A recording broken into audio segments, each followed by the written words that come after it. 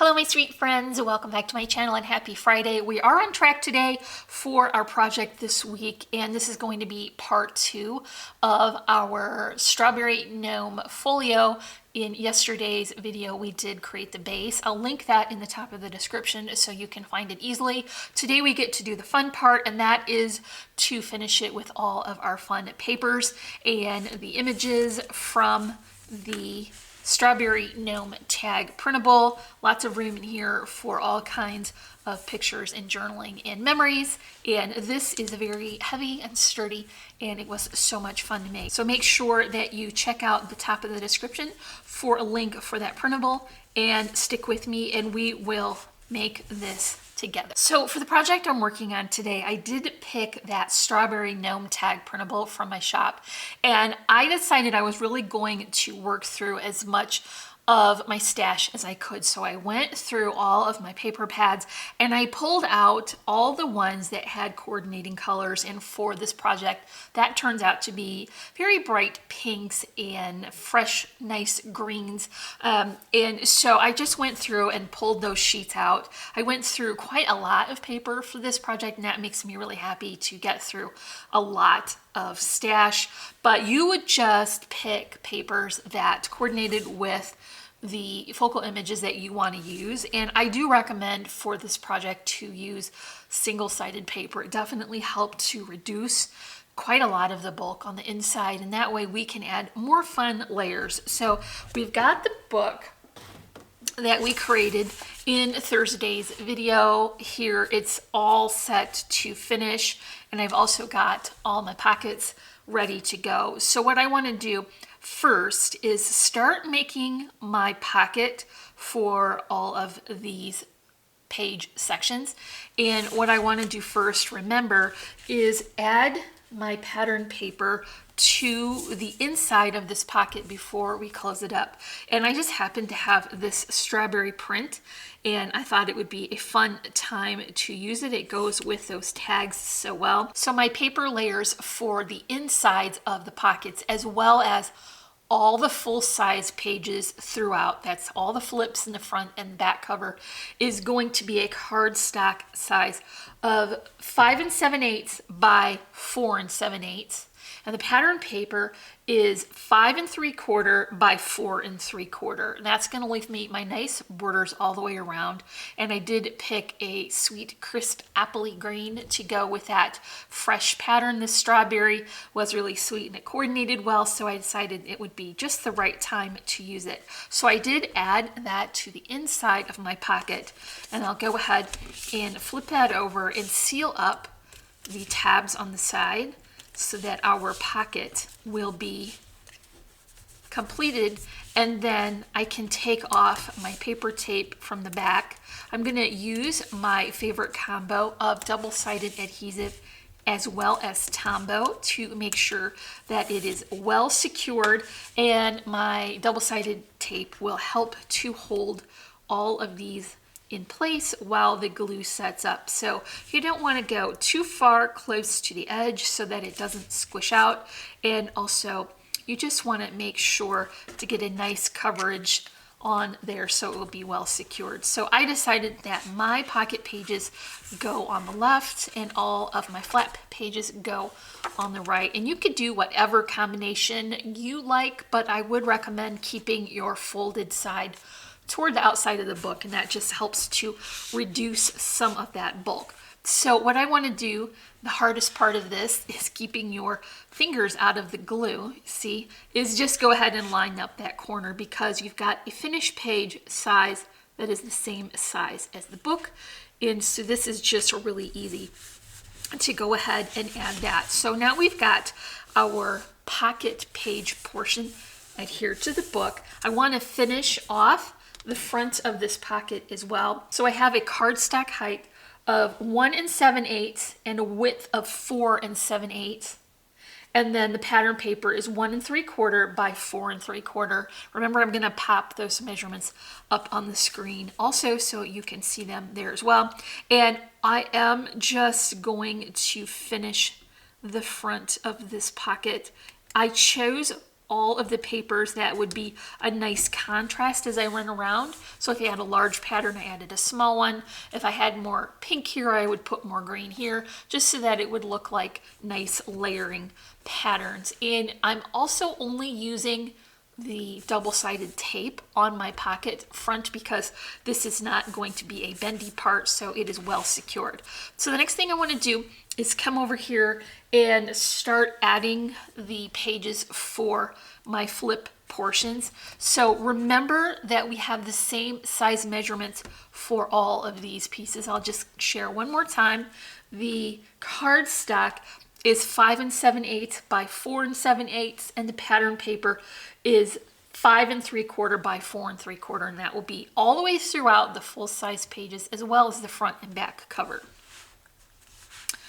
I'm just going to pull this to me a little bit so I can see over the top and get that centered so I have my nice borders. Then for the inside, remember I wanted to contrast, so I picked this very sweet diagonal stripe that had a darker green in it than the border, so it definitely makes it a nice layering element. And I'm going to make sure to match both the inside portions because they are seen together. Okay, so that is our flip page done in our pocket. I want to make an insert for this, and it's easier for me to think in terms of an A2 size top folding card. That way it's pretty much a standard measurement. So here is my base, and I'm using 65-pound weight cardstock. It is 4 1/4 by 11 and scored at 5 1/2. So this is your standard A2 size card.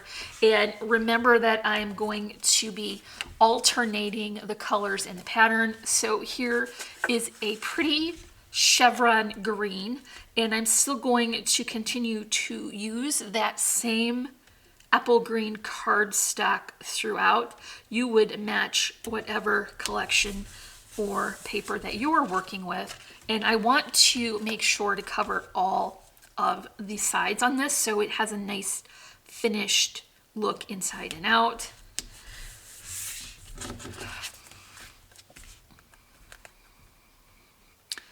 Is that chevron hard on the eyes in your screen? Sometimes this busy pattern is hard to look at. So here's the back page, and I'm using just that double-sided tape again for these because these are not bendy portions.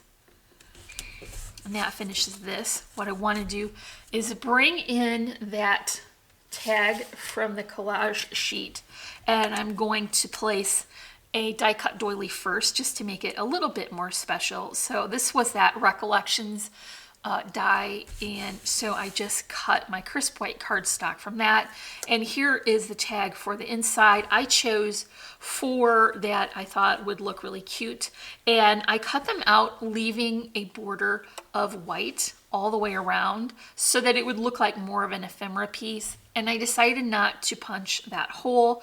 This is just going on with double-sided tape. There's no spacers on the inside because we do want to manage the volume that we're adding. So here is our first insert.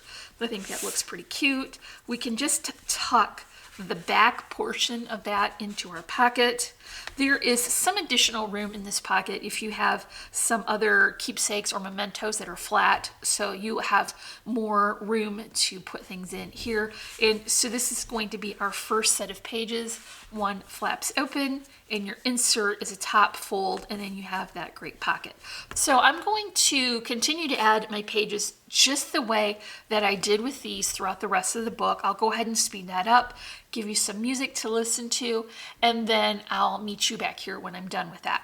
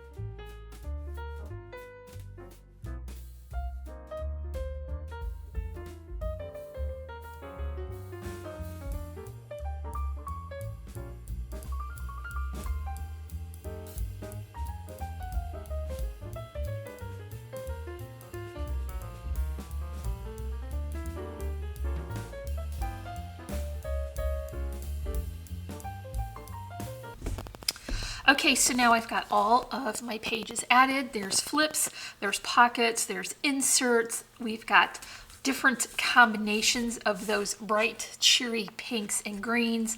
There are doilies, and of course our strawberry gnome tags to be our focal images on all of the pages. I went ahead and finished the back while I was at it, and I also finished the spine. And for me, this is the hardest piece to put on, so I went ahead and did that off camera, but I want to make sure to give you guys the measurements.